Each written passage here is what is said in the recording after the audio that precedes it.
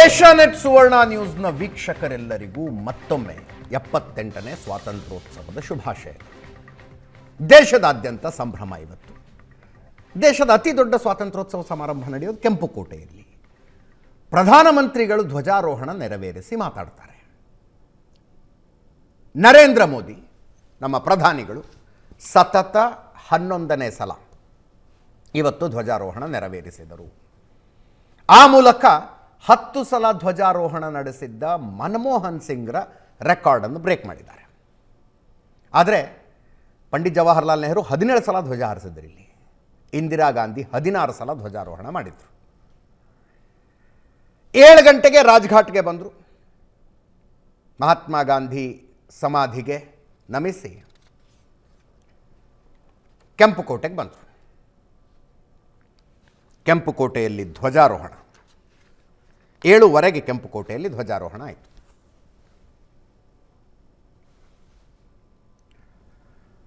ಆ ನಂತರ ನರೇಂದ್ರ ಮೋದಿಯವರ ಭಾಷಣ 98 ನಿಮಿಷ, 1.5 ತಾಸಿನ ಮೇಲೆ 8 ನಿಮಿಷ. 11 ವರ್ಷಗಳಲ್ಲಿ ಅತಿ ದೊಡ್ಡ ಸ್ಪೀಚ್ ಇವತ್ತಿಂದು. 2017 ಅತ್ಯಂತ ಸಣ್ಣ ಸ್ಪೀಚ್ ಅವ್ರದ್ದು, 56 ನಿಮಿಷ ಮಾತಾಡಿದ್ರು.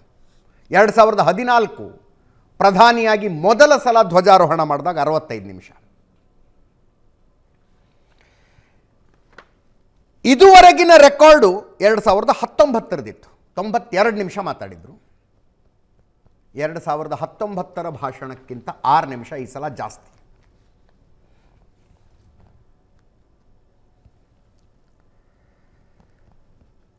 ಸಾವಿರದ 1947 ಸ್ವಾತಂತ್ರ್ಯ ಬಂದ ದಿನಾನೇ ನಡೆದ ಧ್ವಜಾರೋಹಣ.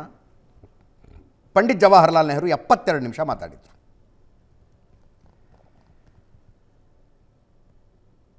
1966 ಇಂದಿರಾ ಗಾಂಧಿಯವರು 14 ನಿಮಿಷ ಮಾತಾಡಿದರು. ಅದು ಇದುವರೆಗಿನ ಶಾರ್ಟೆಸ್ಟ್ ಸ್ಪೀಚ್, ಇದುವರೆಗಿನ ಅತಿ ಸಣ್ಣ ಸ್ಪೀಚು ಇಂದಿರಾ ಗಾಂಧಿಯವರು 14 ನಿಮಿಷ.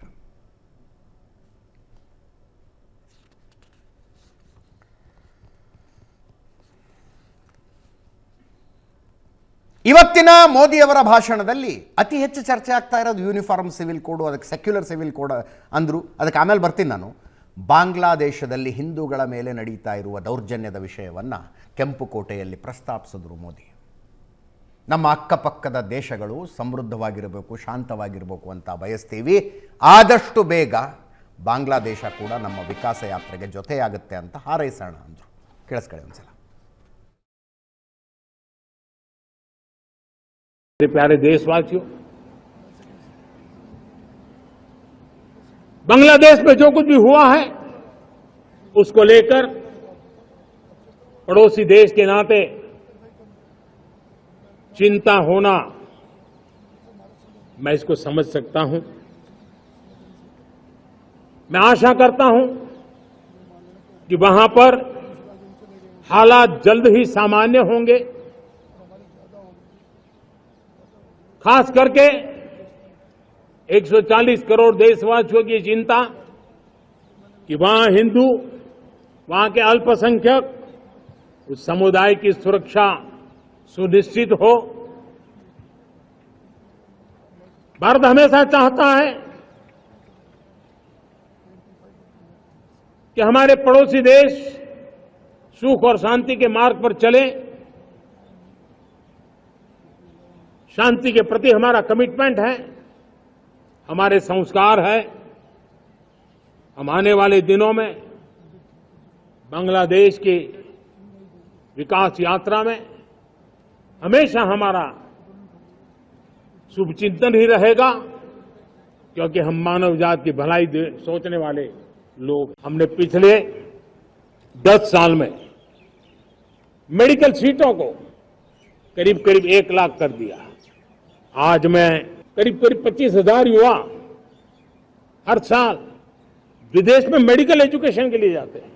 और ऐसे ऐसे देश में जाना पड़ रहा है, कभी कभी जब मैं सुनता हूं तो हैरान हो जाता हूं.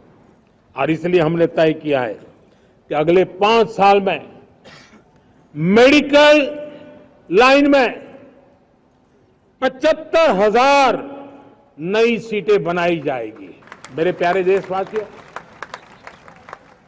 विकसित भारत 2047 वो स्वस्थ भारत भी होना चाहिए, और जब स्वस्थ भारत हो तो आज जो बच्चे हैं उनके पोषण पर आज से ही ध्यान देने की जरूरत है। और इसलिए हमने विकसित भारत की जो पहली पीढ़ी है उनकी तरफ विशेष ध्यान दे करके हमने पोषण का एक अभियान चला है। हमने राष्ट्रीय पोषण मिशन शुरू किया है। ಈ ಮೆಡಿಕಲ್ ಸೀಟ್ ಬಗ್ಗೆ ಪ್ರಧಾನಮಂತ್ರಿಗಳು ಮಾತಾಡಿದ್ದು ಒಳ್ಳೆಯದಾಯಿತು. ಪ್ರತಿ ವರ್ಷ ಭಾರತದಿಂದ 25,000 ಮಕ್ಕಳು ಮೆಡಿಕಲ್ ಓದೋದಕ್ಕೆ ಅಂತಲೇ ಹೊರಗಡೆ ಹೋಗ್ತಾರೆ. ನೋಡಿ, ಬಾಂಗ್ಲಾದೇಶದಲ್ಲಿ ಕ್ರೈಸಿಸ್ ಶುರುವಾದಾಗ 19,000 ಭಾರತೀಯರಿದ್ದಾರಲ್ಲಿ. ಅವರ ಸುರಕ್ಷತೆ ಏನು ಅಂತ ಪ್ರಶ್ನೆ ಬಂತು. ಭಾರತದಲ್ಲಿ ಅಕ್ರಮ ಬಾಂಗ್ಲಾ ವಲಸಿಗರಿದ್ದಾರೆ ವೀನೋ, ಬಟ್ ಭಾರತೀಯರ 19,000 ಜನ ಅಧಿಕೃತವಾಗಿ ಅಲ್ಲಿಗೆ ಹೋಗೋದಕ್ಕೆ ಏನು ಕಾರಣ ಅಂತ ನೋಡಿದ್ರೆ ಅವರ ಪೈಕಿ ಬಹುತೇಕರ ಸ್ಟೂಡೆಂಟ್ಸು. ಭಾರತದಲ್ಲಿ ಇಲ್ಲದೇ ಇರುವಂಥದ್ದು ಬಾಂಗ್ಲಾದೇಶದಲ್ಲಿ ಓದೋದಕ್ಕೆ ಏನಿದೆ ಅಂತ ನೋಡಿದ್ರೆ ಮೆಡಿಕಲ್ ಓದೋದಕ್ಕೆ ಹೋಗಿದ್ದಾರೆ ಸುಮಾರು ಜನ. ಯಾಕೆ? ಇಲ್ಲಿ ಸೀಟ್ ಸಿಗೋದಿಲ್ಲ, ಸೀಟ್ಗಳ ಕೊರತೆ. ರಷ್ಯಾ ಯುಕ್ರೇನ್ ಯುದ್ಧ ಶುರುವಾಯಿತು. ಯುಕ್ರೇನ್ನಲ್ಲಿ ಸಿಲುಕಿರುವ ಭಾರತೀಯರನ್ನು ಕರ್ಕೊಂಡು ಬರಬೇಕು ಅಂತ. ಯಾವ ಭಾರತೀಯರು ಸಿಲುಕಿದ್ದಾರೆ ಅಲ್ಲಿ? ಮೆಡಿಕಲ್ ಓದೋದಕ್ಕೆ ಹೋಗಿದ್ದು ಸ್ಟೂಡೆಂಟ್ಸು. ಇಲ್ಲಿ ಖರ್ಚು ಮಾಡುವುದರ ಕಾಲು ಭಾಗ ಖರ್ಚು ಮಾಡಿದರೆ ಅಲ್ಲಿ ಮೆಡಿಕಲ್ ಡಿಗ್ರಿ ಸಿಗುತ್ತೆ. ಆವಾಗಲೇ ಮಾತಾಡಿದ್ದೇನು, ಭಾರತದ ಮೆಡಿಕಲ್ ಎಜುಕೇಷನ್ ಸಿಸ್ಟಮನ್ನೇ ರೀವಿಸಿಟ್ ಮಾಡುವ ಅನಿವಾರ್ಯತೆ ಇದೆ ಈಗ ಅಂತ. ಮೆಡಿಕಲ್ ಸೀಟ್ ಜಾಸ್ತಿ ಮಾಡೋದ್ರ ಬಗ್ಗೆ ಮಾತಾಡಿದ್ದಾರೆ. 1,00,000 ಸೀಟುಗಳಿಗೆ ಹೆಚ್ಚಳ ಮಾಡಿದ್ದೀವಿ ನಾವು ಅಧಿಕಾರಕ್ಕೆ ಬಂದ ನಂತರ. ಮುಂದಿನ ಹಲವು ವರ್ಷಗಳಲ್ಲಿ, ಮುಂದಿನ 5 ವರ್ಷಗಳಲ್ಲಿ ಇನ್ನೂ 75,000 ಮೆಡಿಕಲ್ ಸೀಟ್ಗಳನ್ನು ಜಾಸ್ತಿ ಮಾಡ್ತೀವಿ ಅಂತ. ಒಳ್ಳೆಯದು. ಮೆಡಿಕಲ್ ಓದೋದಕ್ಕೆ ಅಂತ ಭಾರತದ ಮಕ್ಕಳು ಹೊರಗಡೆ ಹೋಗೋದು ನಿಲ್ಲಲಿ.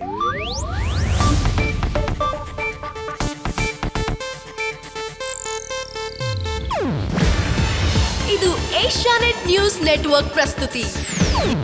ನೀವು ನೋಡ್ತಿದ್ದೀರಾ ಏಷ್ಯಾನೆಟ್ ಸುವರ್ಣ ನ್ಯೂಸ್.